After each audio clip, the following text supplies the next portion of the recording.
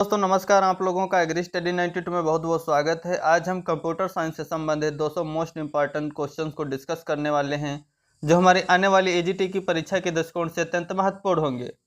इसमें हमारा पहला प्रश्न है, कर्सर को एक स्पेस दाईं ओर सरकाता है या शब्दों के बीच स्पेस डालता है, उसको क्या बोलेंगे? कंट्रोल कुंजी या स्पेस बार, प्रिंटर, माउस, इनमें से कोई नहीं। तो इसका राइट ऑप्शन हो जाएगा ऑप्शन नंबर बी।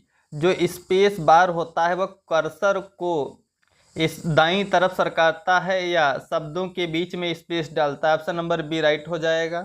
इसका डिस्क्रिप्शन आप देख सकते हैं।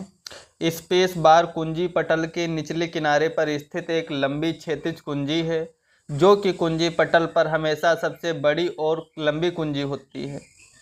इसका प्रयोग कर्सर को एक स्पेस दाईं ओर सरकाने या शब्दों के बीच स्पेस डालने के लिए होता है। जो स्पेस बार होती है वो सबसे बड़ी कुंजी पटल है। अगला प्रश्न है, प्रत्येक अक्षर के लिए शिफ्ट कुंजी का प्रयोग किए बिना सभी अक्षरों को कैपिटल करने के लिए कुंजी का प्रयोग करते हैं। यानी प्रत्येक अक्षर के लिए शिफ्ट कुंजी का प्रयोग किए बिना सभी अक्षरों को कैपिटल करने के लिए कौन सी कुंजी यूज करेंगे?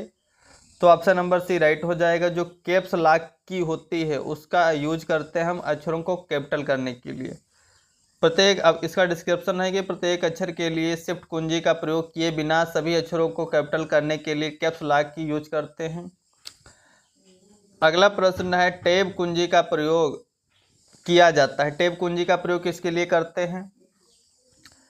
ऑप्शन नंबर इसमें डी राइट है। टैब जो कुंजी होती है, स्क्रीन पर कर्सर को मूव करने के लिए भी टैब कुंजी यूज करते हैं और पैराग्राफ को इंडेंट करने के लिए भी टैब कुंजी का यूज करते हैं। ऑप्शन नंबर डी इसमें राइट है। ए बी दोनों सही हैं।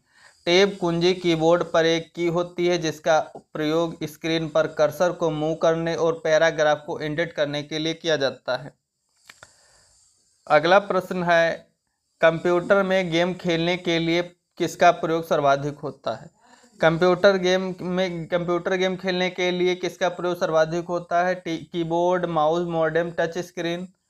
तो इसका राइट ऑप्शन हो जाएगा ऑप्शन नंबर ए। जो कीबोर्ड है इसका प्रयोग सर्वाधिक होता है निम्नलिखित में से गेम खेलने में। जो कीबोर्ड है क्या है? इनपुट डिवाइस है।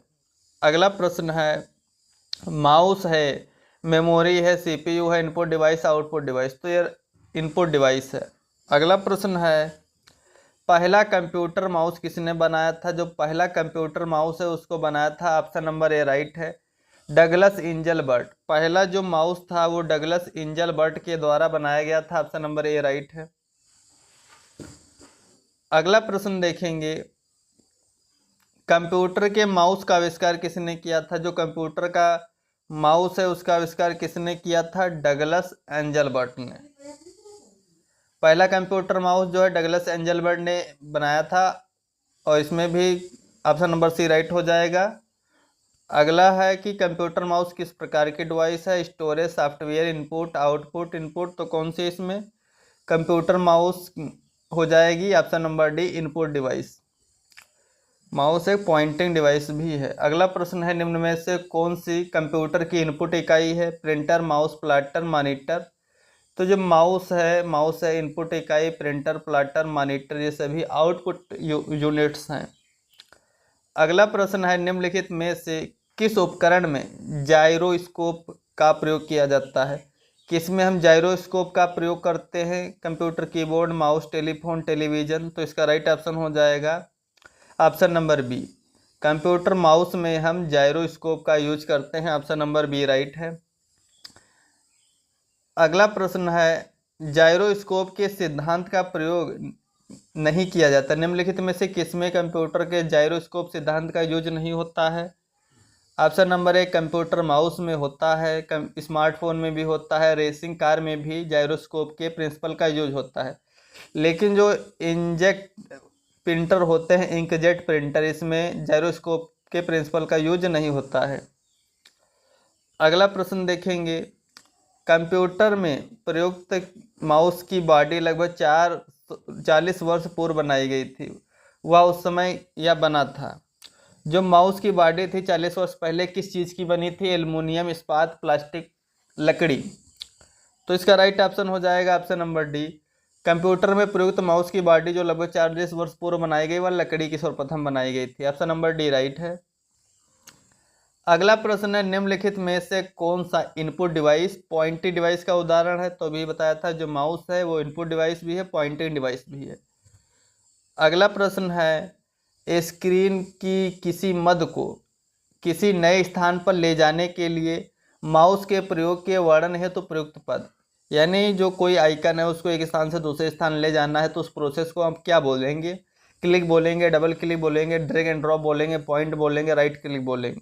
तो इसका राइट ऑप्शन हो जाएगा सी। स्क्रीन की किसी मद को या ऑब्जेक्ट को किसी नए स्थान पर ले जाने के लिए माउस के प्रयोग के वर्णन हेतु प्रयोग करते हैं ड्रैग एंड ड्रॉप। अगला प्रश्न है किसी ऑब्जेक्ट या टेक्स्ट को मूव करते समय माउस बटन को नीचे होल्ड करने को कहते हैं। किसी ऑब्जेक्ट या टेक्स्ट को मूव करते समय माउस बटन को नीचे होल्ड करने को बोलते हैं। ऑप्शन नंबर बी राइट है, ड्रैगिंग। किसी ऑब्जेक्ट या टेक्स्ट को मूव करते समय माउस बटन को नीचे होल्ड करने को ड्रैगिंग बोलते हैं। ड्रैगिंग एक ऐसी प्रक्रिया है जिसके द्वारा माउस का प्रयोग करके किसी ऑब्जेक्ट को एक स्थान से दूसरे स्थान तक ले जाते हैं। ड्रैगिंग क्या है? प्रोसेस है जिसके द्वारा माउस का यूज करके किसी ऑब्जेक्ट को एक स्थान से दूसरे स्थान तक ले जाते हैं। अगला प्रश्न है लैपटॉप कंप्यूटर में बनी हुई पॉइंटिंग डिवाइस कोई भी हो सकती है सिवाय लैपटॉप कंप्यूटर में बनी हुई पॉइंटिंग डिवाइस कोई भी हो सकती है सिवाय किसके? Mouse, trackball, touch pad, pointing stick. तो इसका राइट ऑप्शन हो जाएगा माउस। माउस जो है ये पेरिफेरल डिवाइस है, जबकि कंप्यूटर में बनी हुई जो होती हैं पॉइंटिंग डिवाइस वो टच पैड, ट्रैकबॉल व पॉइंटिंग स्टिक हो सकती हैं।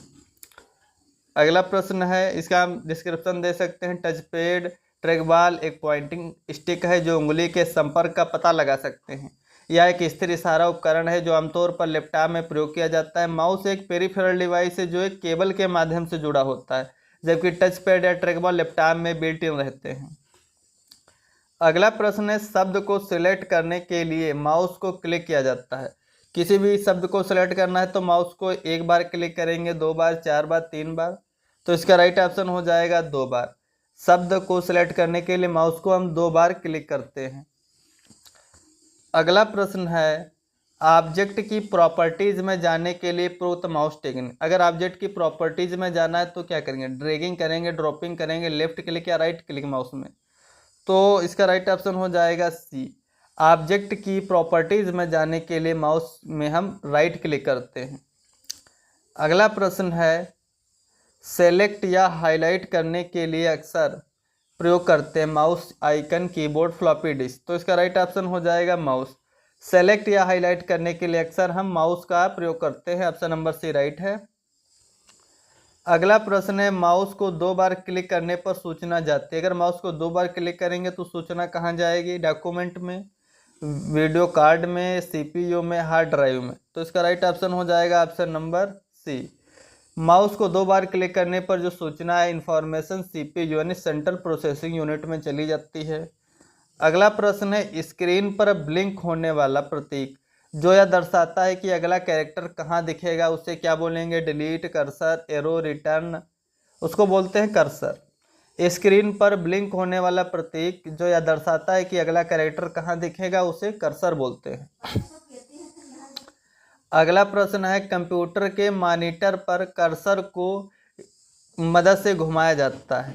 कंप्यूटर के मॉनिटर पर कर्सर को किसकी सहायता से घुमाते हैं? Mouse, space bar, keyboard, joystick. तो इसका राइट ऑप्शन हो जाएगा ए। कंप्यूटर के मॉनिटर पर कर्सर को माउस की मदद से घुमाया जाता है। अगला प्रश्न है कंप्यूटर स्क्रीन पर दिखाई देने वाले ब्लिंकिंग सिंबल को क्या कहते हैं? कंप्यूटर स्क्रीन पर दिखाई देने वाले ब्लिंकिंग सिंबल को क्या बोलेंगे? माउस, हैंड, लोगो, कर्सर। तो इसको बोलते हैं कर्सर। कंप्यूटर स्क्रीन पर दिखाई देने वाला ब्लिंकिंग सिंबल कर्सर कहलाता है, कर्सर। अगला प्रश्न है निम्न में से कौन सा एक इनपुट डिवाइस का एग्जाम्पल है? Scanner, speaker, printer, CD. तो इसका राइट ऑप्शन हो जाएगा जो स्कैनर है वो इनपुट डिवाइस है, बाकी स्पीकर, प्रिंटर, सीडी ये सभी क्या है? आउटपुट डिवाइस है। अगला प्रश्न है स्कैनर एक इनपुट डिवाइस जिसके द्वारा सूचनाओं को सीपीयू तक भेजा जाता है। CD एक स्टोरेज डिवाइस हो जाएगी, कॉम्पैक्ट डिस्क बोलते हैं। स्कैनर स्कैन करता है, स्कैनर क्या स्कैन करेगा, पिक्चर को, टेक्स्ट को, पिक्चर टेक्स्ट दोनों को। तो इसका राइट ऑप्शन हो जाएगा C। जो स्कैनर है वो इनपुट डिवाइस है, वो पिक्चर और टेक्स्ट दोनों को स्कैन कर लेता है और डिस्प्ले रूम में कंप्यूटर को उपलब्ध करा देता है।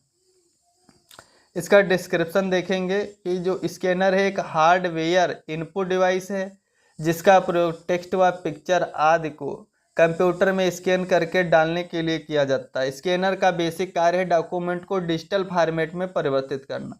स्कैनर जो है डॉक्यूमेंट को डिजिटल फॉर्मेट में कन्वर्ट कर देता है। अगला प्रश्न है कंप्यूटर में प्रिंटेड डायग्राम पाने के लिए यूज की जाने वाली इनपुट डिवाइस।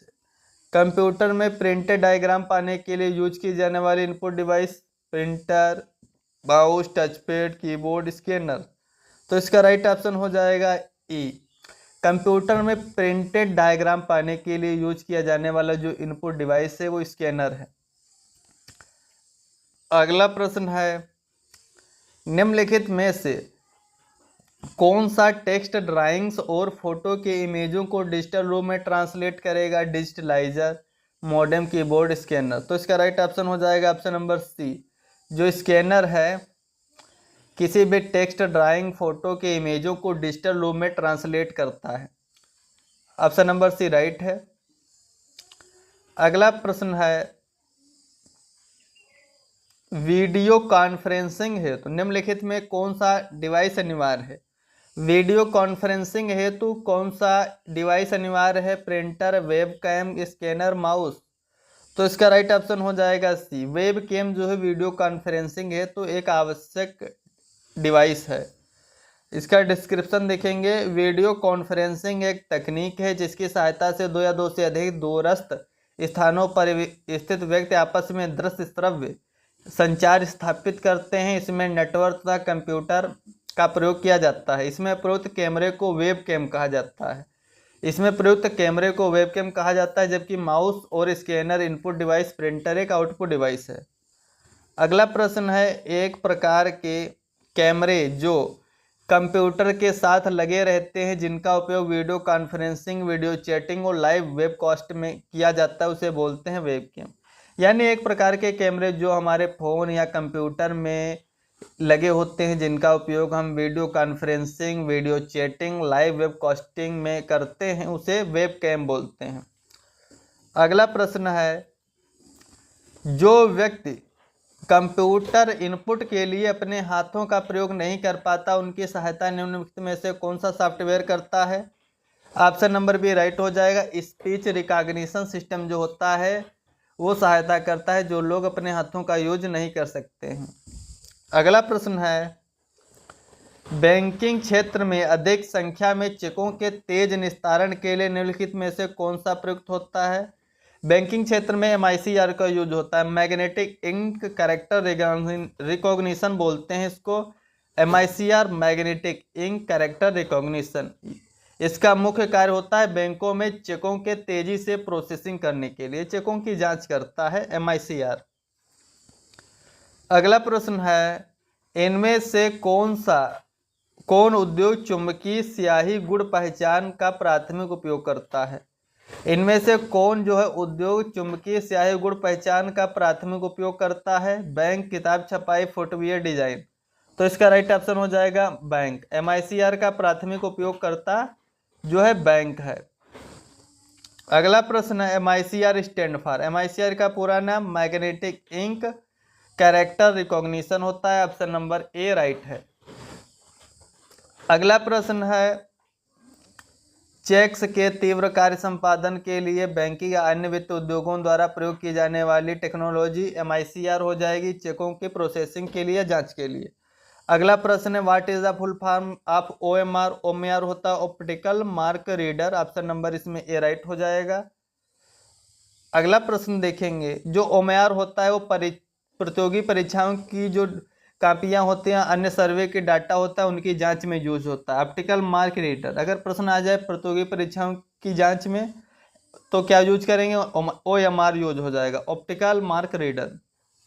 अगला प्रश्न है वह इनपुट डिवाइस है जो सुपर बाजारों में व्यापक रूप से प्रयोग की जाती है। वह इनपुट डिवाइस जो सुपर बाजारों में ज़्यादातर यूज हो रही है, बारकोड रीडर बोलते हैं। वह इनपुट डिवाइस जो सुपर बाजारों में व्यापक रूप से यूज हो रही है, बारकोड रीडर है, जो बारकोडेड डाटा को पढ़ने के लिए इस्तेमाल होती है। अगला प्रश्न है, उत्पाद लेवल पर डाटा को पढ़ने वाली डिवाइस, जो उत्पाद लेवल होते हैं उस पर डाटा को पढ़ने वाली डिवाइस होती है बारकोड रीडर। अगला प्रश्न है, आईसीआर स्टैंड फॉर, आईसीआर का पूरा नाम हो जाएगा intelligence character recognition. Option number A right है। ICR stand for intelligent character recognition. अगला प्रश्न है, निम्नलिखित में से किसी उपकरण का प्रयोग पेन के द्वारा मशीनी गतिविधि से कागज पर बहुत बड़े या कॉम्प्लेक्स लाइन आर्ट को प्रिंट करने के लिए किया जाता है? ऑप्शन नंबर डी राइट हो जाएगा, प्लॉटर। प्लॉटर, इसका डिस्क्रिप्शन देखते हैं। जो प्लॉटर का उपयोग पेन द्वारा मशीनी गतिविधि से, प्लॉटर का उपयोग पेन द्वारा मशीनी गतिविधि से कागज पर बहुत बड़े या कॉम्प्लेक्स लाइन आर्ट को प्रिंट करने के लिए किया जाता है। प्लॉटर का उपयोग पेन द्वारा मशीनी गतिविधि से कागज पर बड़े या कॉम्प्लेक्स लाइन आर्ट को प्रिंट करने के लिए किया जाता है। अगला प्रश्न है, कौन सा आउटपुट डिवाइस पेन का उपयोग करके कंप्यूटर से दिए गए कमांड के आधार पर पेपर का चित्र बनाएगा? ऑप्शन नंबर इसमें डी राइट हो जाएगा। जो ड्रम प्लॉटर है ये आउटपुट डिवाइस है जो पेन का उपयोग करके कंप्यूटर से दिए गए कमांड के आधार पर पेपर पर चित्र बनाता है। अगला प्रश्न है, कौन सी आउटपुट युक्त या डिवाइस एक कंप्यूटर से सूचना को कागज पर तस्वीर के रूप में स्थानांतरित करने के लिए प्रयोग की जाती है, उसे बोलते हैं प्लॉटर।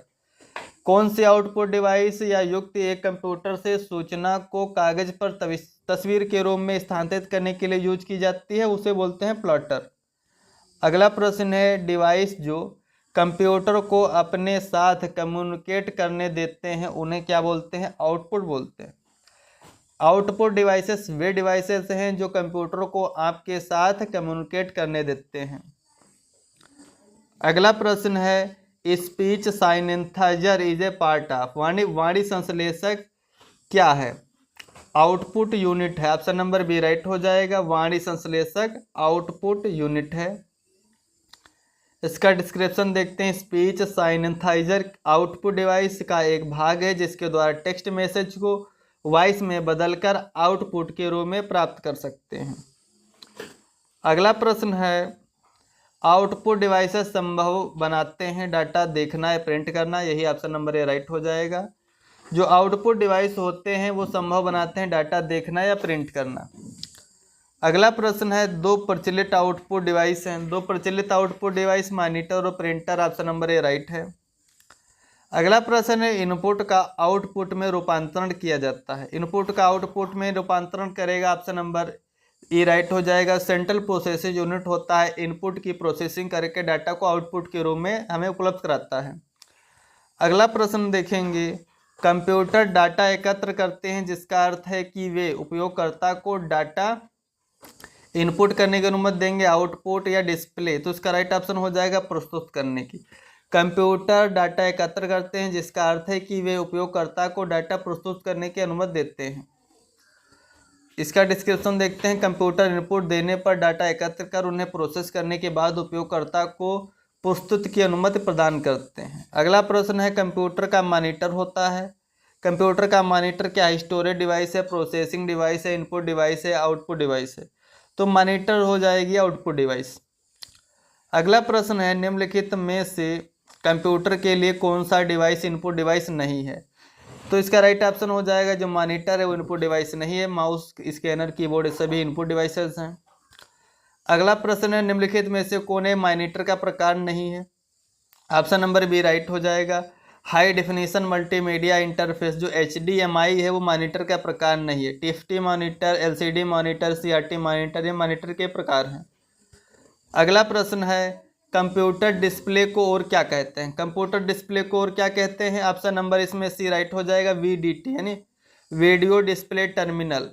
कंप्यूटर डिस्प्ले को और क्या कहते हैं? VDT बोलते हैं, यानी वीडियो डिस्प्ले टर्मिनल्स। अगला प्रश्न है, मॉनिटर के डिस्प्ले आकार को कैसे मापा जाता है? ऑप्शन नंबर सी राइट हो जाएगा, वर्टिकली। मॉनिटर के डिस्प्ले आकार को वर्टिकली मापते हैं। मॉनिटर के डिस्प्ले आकार को कैसे मापते हैं? ऑप्शन नंबर सी राइट है, वर्टिकली। अगला प्रश्न है, आपने कंप्यूटर ऑन किया, आपको सीपीयू शुरू होने की आवाज़ सुनाई दी पर मॉनिटर की स्क्रीन बिल्कुल काली है, समस्या क्या हो सकती है? ये इंपॉर्टेंट प्रश्न है, ऑप्शन नंबर सी इसमें राइट हो जाएगा। ए और बी दोनों इसमें राइट है। आपने कंप्यूटर ऑन किया, आपका सीपीयू आवाज़ दे रहा है लेकिन मॉनिटर की स्क्रीन बिल्कुल काली है, तो समस्या क्या है? मॉनिटर को पीसी से जोड़ा नहीं गया, यानी जो मॉनिटर वो पीसी से नहीं जुड़ा है, मॉनिटर को विद्युत स्रोत से जोड़ा नहीं गया है, ये दोनों प्रॉब्लम हो सकती हैं। अगला प्रश्न है, मॉनिटर का रेजोल्यूशन जितना अधिक होगा उतना क्या पिक्सल उतने अच्छे होंगे, स्क्रीन कम साफ होगी, पिक्सल और अधिक अलग अलग हो जाते हैं, पिक्सल पास पास हो जाते हैं। अगला प्रश्न देखेंगे, डाउट वाला है, कंप्यूटर मॉनिटर को वीडीयू भी कहा जाता है। वीडीयू का मतलब होता है visual display unit. Option number D right हो जाएगा, वीडीयू विजुअल डिस्प्ले यूनिट। अगला प्रश्न है, निम्नलिखित में से कौन सा पेरिफेरल डिवाइस प्रयोक्ता को इंफॉर्मेशन डिस्प्ले करता है? ऑप्शन नंबर ए राइट हो जाएगा। मॉनिटर जो है प्रयोक्ता को इंफॉर्मेशन डिस्प्ले करता है। अगला प्रश्न है, निम्नलिखित विकल्पों में से पेरिफेरल डिवाइस की पहचान करें।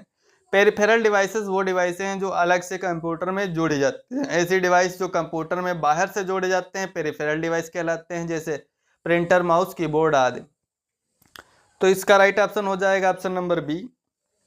प्रिंटर जो है पेरिफेरल डिवाइस की पहचान, ये प्रिंटर डिवाइस है। और सीपीयू, एलयू, स्प्रेडशीट ये सभी कंप्यूटर के अंदर ही होते हैं। अगला प्रश्न है, प्रिंट डिवाइस रेजोल्यूशन को किस प्रकार से मापा जाता है? डॉट पर इंच में। जो प्रिंट डिवाइस रेजोल्यूशन होता है उसको डीपीआई यानी डॉट पर इंच में मापते हैं। अगला प्रश्न है, वह स्थान जहां कंप्यूटर सूचनाएं जानकारी अंकित करता है, कागज पर या हार्ड कॉपी पर आउटपुट प्रदर्शित करता है, उसको क्या बोलते हैं? Option number printer. प्रिंटर वह स्थान जहां कंप्यूटर सूचनाएं जानकारी अंकित करेगा या कागज पर या हार्ड कॉपी पर आउटपुट प्रदर्शित करता है, उसे प्रिंटर बोलेंगे। अगला प्रश्न है, निम्नलिखित में से कौन सा विकल्प एक पृष्ठ पर मुद्रित प्रति इंच पिक्सलों की संख्या का स्रोत है? ऑप्शन नंबर बी राइट हो जाएगा, रेजोल्यूशन। निम्नलिखित में से कौन सा विकल्प एक पृष्ठ पर मुद्रित प्रति इंच पिक्सलों की संख्या का द्योतक है? रिजोल्यूशन बोलते हैं उसको। अगला प्रश्न है, स्क्रीन पर डिस्प्ले किए गए पिक्सल की संख्या को कहते हैं? ऑप्शन नंबर राइट है, स्क्रीन पर डिस्प्ले किए गए पिक्सल की संख्या को रिजोल्यूशन बोलते हैं। रिजोल्यूशन को डीपीआई डॉट पर इंच में मापते हैं। अगला प्रश्न है, पिक्सल क्या है? ऑप्शन नंबर सी राइट हो जाएगा, पिक्चर का सबसे छोटा रिजोल्यूशन वाला भाग। पिक्सल क्या है? The smallest resolvable part of a picture, यानी पिक्चर का सबसे छोटा भाग हो उसे रिजोल्यूशन पिक्सल बोल सकते हैं। ऑप्शन नंबर सी राइट है। इसमें देख सकते हैं आप कि पिक्चर का सबसे छोटा रिजोल्वेबल भाग जो है पिक्सल कहलाएगा। अगला प्रश्न है, आधुनिक प्रिंटर की गति को मापने के लिए निम्नलिखित में से कौन सी इकाई का प्रयोग करते हैं? आधुनिक प्रिंटर की गति को मापने के लिए क्या यूज करेंगे? CPM, IPM, ppm, WPM. तो इसका राइट ऑप्शन हो जाएगा अक्षर प्रति मिनट। अक्षर कैपिटल पर मिनट मापते हैं आधुनिक कंप्यूटर की गति को मापने के लिए। अगला प्रश्न है, डीपीआई दर्शाता है। डीपीआई क्या दर्शाएगा? डॉट पर inch. Option number A right है। अगला प्रश्न है, प्रिंटिंग के संदर्भ में डीपीआई का अर्थ तो अभी बताया आपको, ऑप्शन नंबर बी राइट है, इसमें डॉट पर इंच होता है डीपीआई। अगला प्रश्न है, लेजर प्रिंटर की प्रिंटिंग गति को मापने की इकाई। लेजर प्रिंटर की प्रिंटिंग गति को मापने की इकाई क्या हो जाएगी? ऑप्शन नंबर डी राइट है, page per minute. Laser printer की प्रिंटिंग गति को मापने की इकाई होती है पेज पर मिनट। अगला प्रश्न है, किस प्रिंटर से कार्बन लगाकर अधिक प्रतियां निकाली जा सकती हैं? ऑप्शन नंबर सी राइट है, डॉट मैट्रिक्स। किस प्रकार के प्रिंटर से कार्बन लगाकर अधिक कॉपीज या प्रतियां निकाली जा सकती हैं? डॉट मैट्रिक्स प्रिंटर से। अगला प्रश्न है, निम्नलिखित में से कौन सा अति शक्तिशाली प्रकार का कंप्यूटर है? तो इसका राइट ऑप्शन हो जाएगा भी, जो सुपर कंप्यूटर है अति शक्तिशाली होते हैं। अगला प्रश्न है, सुपर कंप्यूटर के लिए शब्द लंबाई की परास होती है। सुपर कंप्यूटर के लिए शब्द लंबाई की परास जो होती है 64 बिट होती है। ऑप्शन नंबर सी राइट है। अगला प्रश्न है वो कौन सा उपकरण है जो एक भौतिक छवि को डिजिटल में बदलता है। कौन सा उपकरण है जो भौतिक छवि को डिजिटल छवि में बदलेगा। ऑप्शन नंबर ए राइट है। जो स्कैनर है वो स्कैन करके भौतिक छवि को डिजिटली कन्वर्ट कर देता है। अगला प्रश्न है जो कुछ कंप्यूटर में टाइप या सबमिट या ट्रांसमिट किया जाता है उसे क्या बोलेंगे। इनपुट, डाटा, आउटपुट, क्या बोलेंगे उसको। जो कुछ हम कंप्यूटर में टाइप, सबमिट या ट्रांसमिट करते हैं उसे हम इनपुट बोलते हैं। ऑप्शन नंबर ए राइट है। अगला प्रश्न है शब्द, आवाज़, इमेजेस और ऐसे कार्यों को अनुदित करना जिसे लोग सिस्टम यूनिट प्रोसेस करने वाले प्रारूप में समझ सकते हैं उसे क्या बोलेंगे। इनपुट डिवाइसेस बोलेंगे। ऑप्शन नंबर सी इसमें राइट है। शब्द, आवाज़, इमेजेस और ऐसे कार्यों को अनुदित करना जिसे लोग सिस्टम यूनिट प्रोसेस करने वाले प्रारूप में समझ सकें उसे इनपुट डिवाइसेस के रूप में जाना जाता है। अगला प्रश्न है एक दी हुई कंप्यूटर प्रणाली में होते हैं। एक दी हुई कंप्यूटर प्रणाली में क्या होंगे। एक इनपुट डिवाइस, दो इनपुट डिवाइस, इनमें से कोई नहीं, बहुत से इनपुट डिवाइस। तो कंप्यूटर प्रणाली में बहुत सारे इनपुट डिवाइसेस होते हैं। ऑप्शन नंबर डी राइट है। कीबोर्ड हो गया, mouse, joystick, scanner, mic, floppy, touch screen, drive, barcode reader, प्रकाशी पेन या लाइट पेन जिसे बोलते हैं, ये सभी इनपुट डिवाइसेस के एग्जाम्पल हैं। अगला प्रश्न है इंफॉर्मेशन और कमांड कैप्चर करने के लिए किस इक्विपमेंट का प्रयोग करते हैं। इंफॉर्मेशन और कमांड को कैप्चर करने के लिए किस इक्विपमेंट का यूज करेंगे। ऑप्शन नंबर बी इसमें राइट है। Input devices. इंफॉर्मेशन और कमांड को कैप्चर करने के लिए इनपुट डिवाइसेस का यूज होता है। इनपुट डिवाइसेस माउस या कीबोर्ड द्वारा टूल में क्लिक करके कीबोर्ड द्वारा कमांड देकर कार्य कर सकते हैं। अगला प्रश्न है निम्नलिखित में से क्या इनपुट चरण का भाग नहीं है। डेटा कैप्चर, निर्देशों का प्रदर्शन, एनकोडिंग, डेटा संग्रहण। तो निर्देशों का प्रदर्शन जो होता है ये जो है इनपुट चरण नहीं है, आउटपुट चरण है। ऑप्शन नंबर बी राइट है। अगला प्रश्न है अधिकांश कीबोर्डों का डिफ़ॉल्ट लेआउट क्या होता है। अधिकांश जो कंप्यूटर होते हैं उनका डिफ़ॉल्ट लेआउट क्वेटरी होता है। ऑप्शन नंबर बी इसमें राइट है। अगला प्रश्न है निम्नलिखित में से कौन सा एक इनपुट यंत्र है। Joystick, coder, plotter, printer. तो जो जॉयस्टिक है ये जो है इनपुट यंत्र है, बाकी प्लॉटर, प्रिंटर ये सभी जो हो जाएंगे आउटपुट डिवाइसेस हैं। जो बार कोड रीडर होता है वो भी इनपुट डिवाइस है। अगला प्रश्न है निम्नलिखित इनपुट उपकरणों में से किसमें एक छड़ी होती है जो एक आधार पर घूमती है और सीपीयू को इसके कोण या दिशा की ओर तरफ रिपोर्ट करती है उसे क्या बोलेंगे। Microphone, light pen, keyboard, joystick. तो जो जॉयस्टिक होती है एक इनपुट डिवाइस है। जॉयस्टिक क्या है, एक इनपुट डिवाइस है जिसमें एक छड़ी होती है जो एक आधार पर घूमती है और सीपीयू को इसके कोण या दिशा को सपोर्ट करती है।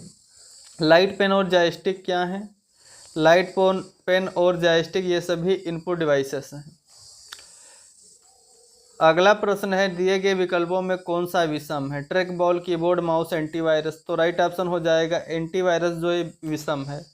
ट्रैक बॉल, कीबोर्ड, माउस ये सभी इनपुट डिवाइसेस हैं। अगला प्रश्न है जॉयस्टिक है। जॉयस्टिक क्या है भी बताया था, इसमें एक छड़ लगी होती है, ये एक इनपुट डिवाइस है। अगला प्रश्न है इनपुट डिवाइसेस का उदाहरण है। इनपुट डिवाइसेस कौन है। माउस, ट्रैक बॉल, जॉयस्टिक ये सभी, इसमें सभी राइट हो जाएंगे। माउस, जॉयस्टिक, ट्रैक बॉल ये सभी इनपुट डिवाइसेस के एग्जाम्पल हैं। अगला प्रश्न है डिफ़ॉल्ट रूप से माउस पॉइंटर गति निम्न पर सेट है। डिफ़ॉल्ट रूप से जब माउस पॉइंटर है किस गति पर सेट होता है। Medium, slow, fast, very fast. तो इसका राइट ऑप्शन हो जाएगा मीडियम। डिफ़ॉल्ट रूप से जो माउस पॉइंटर होता है वो मीडियम पर सेट होता है। अगला प्रश्न है टच पैड को रिस्पॉन्ड करता है। टच पैड को कौन रिस्पॉन्ड करेगा। लाइट, प्रेशर, क्लिकिंग, अंगुलियों के परों से गर्मी एहसास। तो ये हो जाएगा प्रेशर। जैसे हम टच करेंगे प्रेशर पड़ेगा तो इनपुट अंदर की स्क्रीन पर चला जाता है सीपीयू के पास। तो इसमें राइट ऑप्शन हो जाए टच पैड जो है प्रेशर को रिस्पॉन्ड करेगा। टच पैड एक कह सकते हैं पॉइंटिंग डिवाइस है जो सेंसर द्वारा प्रेशर सेंस करता है। टच पैड एक पॉइंटिंग डिवाइस है जो सेंसर द्वारा प्रेशर सेंस करता है तथा ऑपरेटिंग सिस्टम पर एक सापेक्ष स्थिति में उपयोगकर्ता की अंगुलियों की गति और स्थिति को अनुवाद कर सकता है। अगला प्रश्न है कि कौन सा इनपुट यूनिट नहीं है। आगे प्रोसेसिंग के लिए डाटा को बाइनरी रूप में कंप्यूटर में भेजता है, ये हो जाएगा इनपुट से रिलेटेड नहीं है। अगला प्रश्न देखेंगे, स्कैनिंग की वह तकनीक जो हाथ से लिखे पाठ्य और प्रिंटेड या मुद्रित पाठ्य पहचानती है। स्कैनिंग की वह तकनीक जो हाथ से लिखे पाठ्य और प्रिंटेड या मुद्रित पाठ्य को पहचानेगी। MICR, OMR, BCR, OCR, तो उसे बोलेंगे OCR, ऑप्टिकल कैरेक्टर रिकॉग्निशन जो होता है। OCR, optical character recognition scanning की वह टेक्निक है जो हाथ से लिए पाठ्य और प्रिंटेड या मुद्रित पाठ्यों को पहचानने का कार्य करती है। अगला प्रश्न है, OCR का पूरा नाम ऑप्टिकल कैरेक्टर रिकॉग्निशन होता है। ऑप्शन नंबर ए राइट है। अगला प्रश्न है, ऑप्टिकल कैरेक्टर रीडर जो है किसका एक उदाहरण है। ये एक इनपुट डिवाइस है। ऑप्शन नंबर बी राइट है। अगला प्रश्न है, स्कैनिंग की तकनीक या टेक्नोलॉजी जो पूर्व निर्धारित स्थान में लगे बॉक्स को पढ़ती है क्या कहलाएगी। OMR।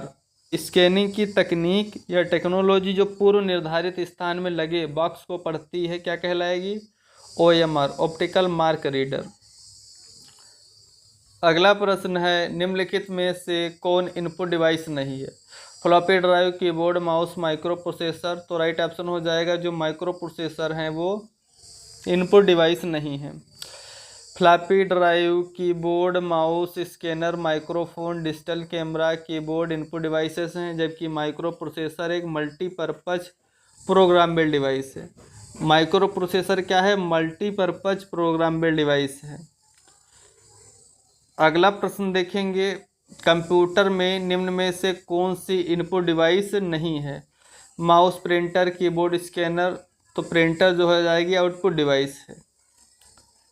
अगला प्रश्न है, निम्न में से कौन से डिजिटल इनपुट उपकरण हैं। ऑप्शन नंबर डी इसमें राइट हो जाएगा। ये सभी डिजिटल इनपुट उपकरण हैं। डिजिटल कैमरा, स्कैनर, माइक्रोफोन, ये सभी सही हैं। अगला प्रश्न है, अधिकांश कीबोर्डों का डिफ़ॉल्ट लेआउट क्या कहलाता है। क्वेटरी। अधिकांश कीबोर्डों का डिफ़ॉल्ट लेआउट क्वेटरी होता है। इसे पहली बार 1868 में सेल्स एंड लिंडन टाइपराइटर ने डिज़ाइन किया था। सेल्स एंड लिंडन टाइपराइटर ने डिज़ाइन किया था। अगला प्रश्न है, निम्नलिखित में से कौन इनपुट डिवाइस नहीं है। तो mouse, keyboard, light pen, video. तो जो वीडीयू है या वीडियो, ये विजुअल डिस्प्ले यूनिट एक आउटपुट डिवाइस है। वीडीयू विजुअल डिस्प्ले यूनिट एक आउटपुट डिवाइस है। अगला प्रश्न है, निम्नलिखित में से इनपुट युक्त कौन सी है। इनपुट युक्त कौन सी है। ऑप्शन नंबर बी, माउस जो है इनपुट है, बाकी प्रिंटर, CPU, मॉनिटर, माइक्रो, ये सभी क्या हैं, आउटपुट डिवाइसेस हैं। अगला प्रश्न देखेंगे, इनमें से कौन सा स्कैनर का प्रकार नहीं है। Flat bed, seat bed, head hand, drum. तो इसका राइट ऑप्शन हो जाएगा ड्रम जो है ये एक स्कैनर का प्रकार नहीं है। अगला प्रश्न है, माइक्रोफोन डिवाइस है जो इनपुट के रूप में ध्वनि ग्रहण करती है। तो इसका राइट ऑप्शन हो जाएगा डी, माइक्रोफोन क्या है, एक इनपुट डिवाइस है जो इनपुट के रूप में ध्वनि ग्रहण करती है। अगला प्रश्न देखेंगे, निम्नलिखित इनपुट उपकरणों में से कौन डिस्प्ले स्क्रीन पर ऑब्जेक्ट का चयन करने के लिए एक प्रकाश संवेदनशील डिटेक्टर का उपयोग करता है। निम्नलिखित इनपुट उपकरणों में से कौन डिस्प्ले स्क्रीन पर ऑब्जेक्ट का चयन करने के लिए एक प्रकाश संवेदनशील डिटेक्टर का यूज करेगा, उसे बोलते हैं लाइट पेन। जो लाइट पेन एक है, पहली बात तो एक इनपुट डिवाइस है जिसका उपयोग डिस्प्ले स्क्रीन पर ऑब्जेक्ट का चयन करने के लिए एक प्रकाश संवेदनशील डिटेक्टर का उपयोग करते हैं। अगला प्रश्न है, कौन सा इनपुट डिवाइस एनालॉग सूचना को डिजिटल रूप में परिवर्तित करता है। कौन सा इनपुट डिवाइस एनालॉग सूचना को डिजिटल रूप में परिवर्तित करता है जिसका उपयोग ड्राइंग और इमेज में सुधार या बदलाव करने जैसे बारीक काम के लिए किया जाता है। Digi locker. डिजिटाइजर बोलते हैं इसको। जो एनालॉग को डिजिटल में बदलेगा उसे डिजिटाइजर बोलेंगे। ऑप्शन नंबर सी राइट है। डिजिटाइजर एक इनपुट डिवाइस है जो एनालॉग सूचना को डिजिटल रूप में बदलता है। डिजिटाइजर एक इनपुट डिवाइस है जो एनालॉग डाटा को डिजिटल डाटा में कन्वर्ट करेगा। अगला प्रश्न है, कंप्यूटर में जाने वाले डाटा को कहते हैं। जो डाटा कंप्यूटर में जाता है उसे इनपुट कहते हैं और प्रोसेस के बाद जो कंप्यूटर हमें दिखाता है डाटा वो होता है आउटपुट। अगला प्रश्न है, निम्नलिखित में से भिन्न विकल्प का चुनाव करें। बाहरी hard drive, keyboard, digital camera, compact disc. इसमें विभिन्न क्या है, जो कीबोर्ड है ये एक इनपुट डिवाइस है जबकि अन्य सभी स्टोरेज डिवाइसेस हैं। बाहरी hard drive, digital camera, compact disc ये सभी स्टोरेज डिवाइसेस हैं। कीबोर्ड एक इनपुट डिवाइस है। अगला प्रश्न है, कीबोर्ड का प्रयोग किया जाता है। कीबोर्ड का प्रयोग किस लिए करते हैं? ऑप्शन नंबर इसमें ए राइट है। शब्द और संख्याएं कंप्यूटर में डालने के लिए, कंप्यूटर को कमांड देने के लिए हम कीबोर्ड का यूज करते हैं। अगला प्रश्न है, कीबोर्ड का प्रकार। Keyboard serial keyboard, parallel keyboard दोनों प्रकार के होते हैं। ऑप्शन नंबर सी राइट है। कीबोर्ड सीरियल कीबोर्ड और पैरेलल कीबोर्ड दोनों प्रकार के होते हैं। अगला प्रश्न है, कीबोर्ड और विजुअल डिस्प्ले यूनिट के संयोजन को क्या बोलते हैं?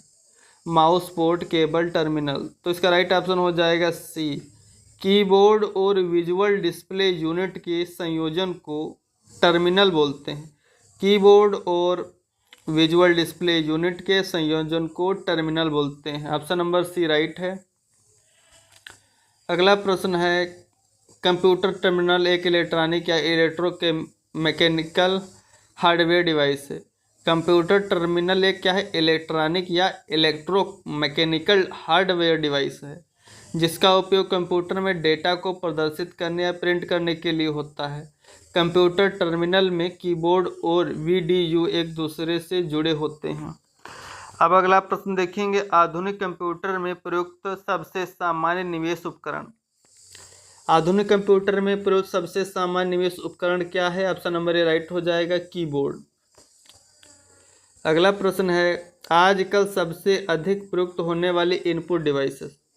सबसे ज़्यादा कीबोर्ड का यूज होता है, सबसे ज़्यादा प्रयोग किए जाने वाली इनपुट डिवाइस है।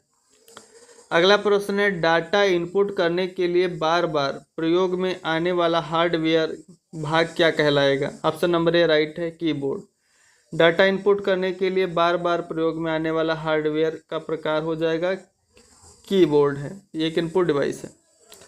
अगला प्रश्न है, सबसे कॉमन इनपुट डिवाइसों में शामिल है। सबसे कॉमन इनपुट डिवाइस है माउस और keyboard. Option number C right हो जाएगा। माउस और कीबोर्ड जो है सबसे कॉमन इनपुट डिवाइसेस हैं। अगला प्रश्न है, कीबोर्ड किस प्रकार का डिवाइस है? तो इनपुट डिवाइस है। अगला प्रश्न है, सबसे ज़्यादा प्रयुक्त होने वाली इनपुट डिवाइस अभी बताया कि कीबोर्ड है। अगला प्रश्न है, कंप्यूटर की कीबोर्ड में कितनी वर्णमाला की होती हैं? कंप्यूटर की कीबोर्ड में कुल 26 वर्णमाला की होती हैं। ऑप्शन नंबर सी राइट है।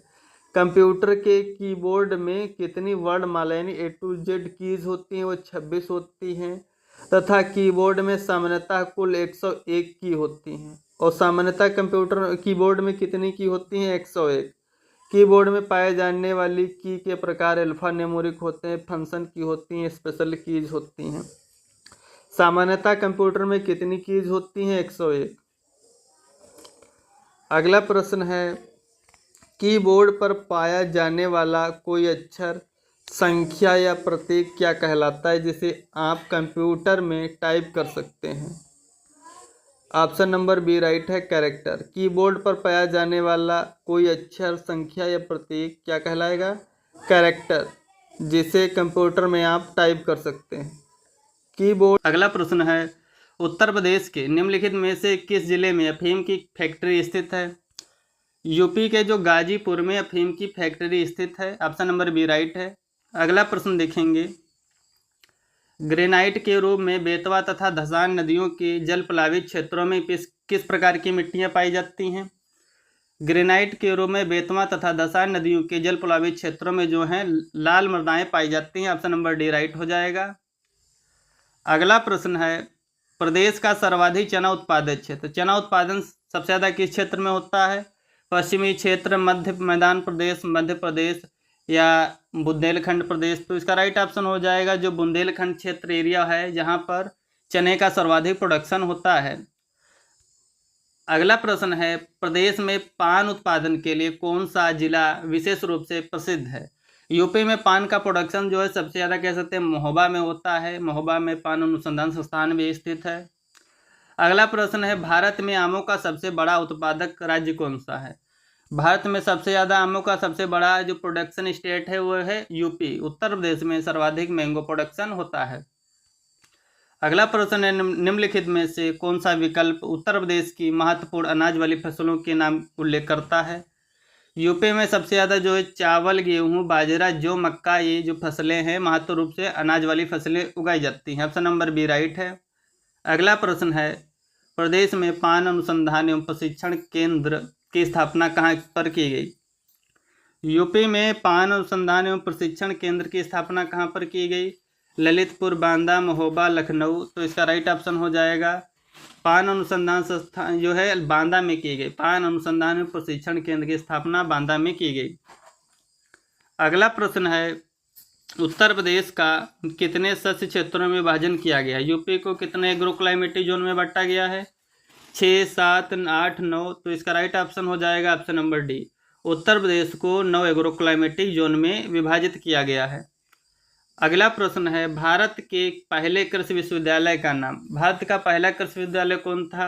RSU, Bikaner, PU, Ludhiana, JBPOT, पन्नागर, इनमें से कोई नहीं।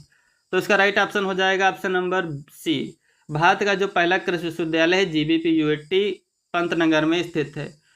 अगला प्रश्न है, भारतीय पशु चिकित्सा अनुसंधान संस्थान कहाँ पर स्थित है? जो भारतीय पशु चिकित्सा अनुसंधान संस्थान है वो कहाँ है? बरेली, आगरा, लखनऊ, मेरठ। तो इसका राइट ऑप्शन हो जाएगा ऑप्शन नंबर ए। बरेली में भारतीय पशु चिकित्सा अनुसंधान संस्थान स्थित है। अगला प्रश्न है, उत्तर प्रदेश में कृषि कुंभ 2018 का आयोजन कहाँ किया गया? यूपी में जो कृषि कुंभ 2018 का आयोजन कहाँ पर किया गया? प्रयागराज, कानपुर, गोरखपुर, लखनऊ। तो इसका राइट ऑप्शन हो जाएगा उत्तर प्रदेश में जो यहाँ लखनऊ है, यहाँ पर कृषि कुंभ 2018 का आयोजन किया गया था। ऑप्शन नंबर डी राइट है। अगला प्रश्न देखेंगे, उत्तर प्रदेश की प्रमुखतम तिलहनी फसल है। यूपी की प्रमुखतम तिलहनी फसल क्या है? सूरजमुखी, कुसुम, अलसी, राई तथा सरसों। तो ऑप्शन नंबर सी राइट हो जाएगा। जो उत्तर प्रदेश की प्रमुख तिलहनी फसल है वो राई तथा सरसों है। अगला प्रश्न है, उत्तर प्रदेश की अर्थव्यवस्था आधारित है। यूपी की अर्थव्यवस्था किस पर आधारित है? मत्स्य पालन, कृषि, कपड़ा, खाद्य। तो इसका राइट ऑप्शन हो जाएगा कृषि। उत्तर प्रदेश की जो अर्थव्यवस्था है वो कृषि आधारित है। अगला प्रश्न देखेंगे, प्रदेश में आलू निर्यात क्षेत्र कहाँ पर स्थापित किया गया है? अलीगढ़ में, रामपुर, फिरोजाबाद, आगरा। तो इसका राइट ऑप्शन हो जाएगा ऑप्शन नंबर डी। आगरा में जो है आलू निर्यात क्षेत्र स्थापित किया गया है। अगला प्रश्न है, ब्रिटिश शासन के दौरान भारत की अधिकांश जनसंख्या जीविका के लिए किस क्षेत्र पर निर्भर करती है? ब्रिटिश शासन के दौरान जो भारत की अधिकांश जनसंख्या है जीविका के लिए किस क्षेत्र पर निर्भर करेगी? प्राइमरी, द्वितीयक, तृतीयक या इनमें से सभी समान रूप से। तो इसका राइट ऑप्शन हो जाएगा जो प्राइमरी क्षेत्र हैं इन पर ब्रिटिश शासन के दौरान भारत की अधिकांश जनसंख्या जीविका के लिए निर्भर थी। ऑप्शन नंबर ए राइट है। अगला प्रश्न है, प्रदेश का सबसे बड़ा अफीम उत्पादक जिला। यूपी में सबसे ज़्यादा अफीम प्रोडक्शन करने वाला डिस्ट्रिक्ट कौन सा है? बाराबंकी, एटा, इटावा, बदायूं। तो इसका राइट ऑप्शन हो जाएगा जो बाराबंकी है ये अफीम का सर्वाधिक कह सकते हैं प्रोडक्शन करता है। गाजीपुर में अफीम की फैक्ट्री है। अगला प्रश्न है, किस फसल की खेती के लिए जलाक्रांति की आवश्यकता होती है? जलाक्रांति की आवश्यकता किसकी खेती के लिए होगी? गेहूं, चाय, चावल, कॉफ़ी। तो इसका राइट ऑप्शन हो जाए जो धान है ओराइजा सटाइवा, इसके लिए जलक्रांति की हमें आवश्यकता पड़ती है इसकी खेती के लिए। अगला प्रश्न है, काली मिट्टी को क्या बोलते हैं? रेगुर बोलते हैं, ह्यूमस, क्रिस्टली, बांगर। तो इसको बोलते हैं रेगुर। काली मिट्टी जो कपास के लिए उपयुक्त रहती है ये इसको रेगुर भी बोलते हैं। अगला प्रश्न है, प्रदेश का प्रमुख जूट उत्पादक क्षेत्र।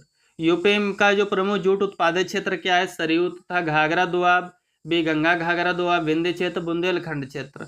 तो इसका राइट ऑप्शन हो जाएगा जो गंगा घाघरा दोआब क्षेत्र है, ये जूट उत्पादक प्रमुख क्षेत्र है।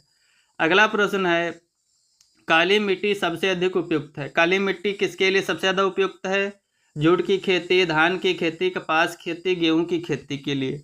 तो इसका राइट ऑप्शन हो जाएगा जो काली मिट्टी है ये कॉटन की खेती के लिए सर्वाधिक उपयुक्त रहती है। ऑप्शन नंबर सी राइट है। अगला प्रश्न देखेंगे, गोल्डन राइस किस तत्व का अच्छा स्रोत है? गोल्डन राइस विटामिन ए का है, बी कार्बोनिक अम्ल के। तो इसका राइट ऑप्शन हो जाएगा ऑप्शन नंबर ए, जो गोल्डन राइस है उसको इंगोपोट्राइकस ने डेवलप किया, जो है इसमें हाँ जो विटामिन ए है सर्वाधिक मात्रा में पाया जाता है। अगला प्रश्न है, भारत के राज्यों में उत्तर प्रदेश किस उत्पाद का सबसे ज़्यादा प्रोडक्शन नहीं करता है? यूपी है किसका प्रोडक्शन नहीं करता है? इसमें पूछा गया फूल, गेहूं, आलू, गन्ना। तो इन तीनों का करता है, लेकिन जो फ्लावर प्रोडक्शन है इसमें जो है दक्षिण भारत के स्टेट है कर्नाटक, तमिलनाडु, बेंगलोर इनका स्थान है। यूपी का इसमें प्रमुख स्थान या योगदान नहीं है। ऑप्शन नंबर ए राइट है। अगला प्रश्न है, उत्तर प्रदेश में आलू अनुसंधान केंद्र कहाँ पर स्थित है? यूपी में आलू अनुसंधान केंद्र कहाँ पर है? महोबा में है, अलीगंज में है, खुशबूबाग में है, बाबूगढ़ में है। तो राइट ऑप्शन हो जाएगा सी, बाबूगढ़ जो है यहाँ पर आलू अनुसंधान केंद्र अवस्थित है।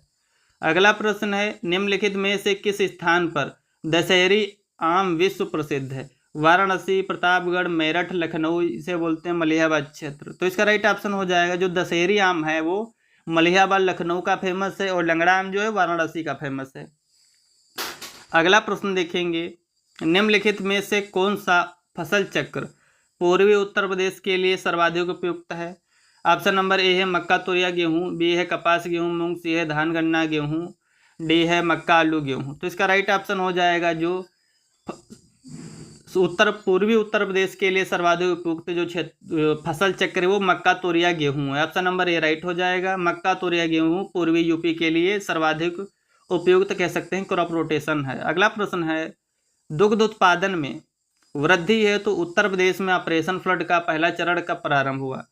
जो मिल्क प्रोडक्शन के इंक्रीजमेंट के लिए यूपी में जो ऑपरेशन फ्लड चलाया गया उसका जो पहला चरण था 1970 यानी 1970 में स्टार्ट हुआ। ऑप्शन नंबर ए राइट है। अगला प्रश्न है, निम्न में से किस स्थान पर पशु चारा बैंक कार्यरत है? यूपी के किस डिस्ट्रिक्ट में पशु चारा बैंक कार्यरत है? झांसी, जननगर, गोरखपुर, अमेठी। तो इसका राइट ऑप्शन हो जाएगा झांसी जो है, झांसी में पशु चारा बैंक कार्यरत है। अगला प्रश्न है, विश्व में हरित क्रांति के जनक हैं बोरलांग जी है, स्वामीनाथन है, विलियम ग्रैंड है, एमएस ग्रीव हैं। तो इसका राइट ऑप्शन हो जाएगा जो वर्ल्ड में हरित क्रांति के जनक हैं वो नाइमी बोरलांग जी हैं और भारत में एमएस स्वामीनाथन है। ऑप्शन नंबर ए राइट है। वर्ल्ड में नाइमी बोरलांग है फादर ऑफ ग्रीन रिवोल्यूशन। अगला प्रश्न है, इनमें से कौन खरीफ की फसल नहीं है? काटन, मक्का, सरसों, मूंगफली। जो सरसों है ये रबी की खरीफ है फसल है, बाकी जो मूंगफली, कपास, काटन ये सभी खरीफ की हैं। अगला प्रश्न है, 2011 की जनगणना के अनुसार निम्नलिखित में से उत्तर प्रदेश के किस जिले की जनसंख्या सर्वाधिक अधिक थी? 2011 की जनगणना के अनुसार किस उत्तर प्रदेश के किस जिले की जनसंख्या सबसे अधिक थी? लखनऊ की, गोरखपुर, कानपुर, प्रयागराज। तो राइट ऑप्शन हो जाएगा जो प्रयागराज है, इसकी जनसंख्या 2011 के अकॉर्डिंग सर्वाधिक थी। अगला प्रश्न है, जनगणना 2011 के अनुमानों के अनुसार भारत में निम्न में से कौन सा सर्वाधिक जनसंख्या वाला राज्य है? जनसंख्या के अनुसार जो है सर्वाधिक जनसंख्या कहाँ पर है 2011 की जनगणना के अकॉर्डिंग? तो यूपी पहला स्थान हो जाएगा। ऑप्शन नंबर डी राइट है, यूपी की जनसंख्या सर्वाधिक है निम्नलिखित में से। अगला प्रश्न है, भारत की जनगणना 2011 के अनुसार उत्तर प्रदेश के निम्नलिखित शहरों में से कौन सा शहर मिलियन शहर नहीं है? मिलियन शहर कौन सा नहीं? आगरा, प्रयागराज, मेरठ, मुरादाबाद। तो इसका राइट ऑप्शन हो जाए जो मुरादाबाद है 2011 के अकॉर्डिंग मिलियन शहर नहीं है, बाकी प्रयागराज, आगरा, मेरठ ये सभी मिलियन शहर में हैं। अगला प्रश्न है, भारत के किस राज्य में अनुसूचित जातियों की जनसंख्या सर्वाधिक है? भारत के किस स्टेट में अनुसूचित जातियों की संख्या सर्वाधिक है? बिहार, तमिलनाडु, पश्चिम बंगाल, यूपी। तो इसका राइट ऑप्शन हो जाएगा यूपी। यूपी में सर्वाधिक 80 है। अगला प्रश्न है, निम्नलिखित में से किस जिले में 2011 की जनगणना के अकॉर्डिंग जनसंख्या सबसे कम थी? यूपी के किस डिस्ट्रिक्ट में जनसंख्या सबसे कम थी 2011 के अकॉर्डिंग? चित्रकूट, हमीरपुर, ललितपुर, महोबा। तो इसका राइट ऑप्शन हो जाएगा जो महोबा क्षेत्र है, यहाँ की जनसंख्या सबसे कम थी 2011 के अकॉर्डिंग।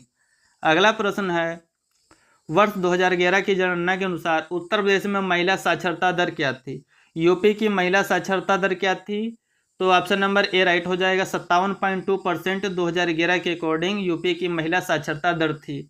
अगला प्रश्न है, निम्नलिखित जनपदों में से किसमें साक्षरता दर सबसे कम थी? यूपी के मतलब इसमें निम्नलिखित डिस्ट्रिक्ट में से किसकी साक्षरता दर सबसे कम थी? बुलंदशहर, श्रावस्ती, उन्नाव, कुशीनगर। तो इसका राइट ऑप्शन हो जाएगा बी। श्रावस्ती की जो साक्षरता दर थी 2011 के अकॉर्डिंग सबसे कम थी।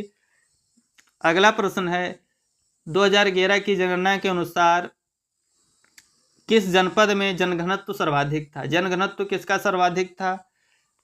प्रयागराज, कानपुर, गोरखपुर, गाजियाबाद। तो इसका राइट ऑप्शन हो जाएगा डी। जो गाजियाबाद है 2011 के अकॉर्डिंग जनसंख्या घनत्व सर्वाधिक थी, और गौतम बुद्ध नगर का जो कह सकते हैं साक्षरता दर सर्वाधिक थी, और सबसे कम साक्षरता दर Shravasti. Thanks for watching. Please like and subscribe my channel.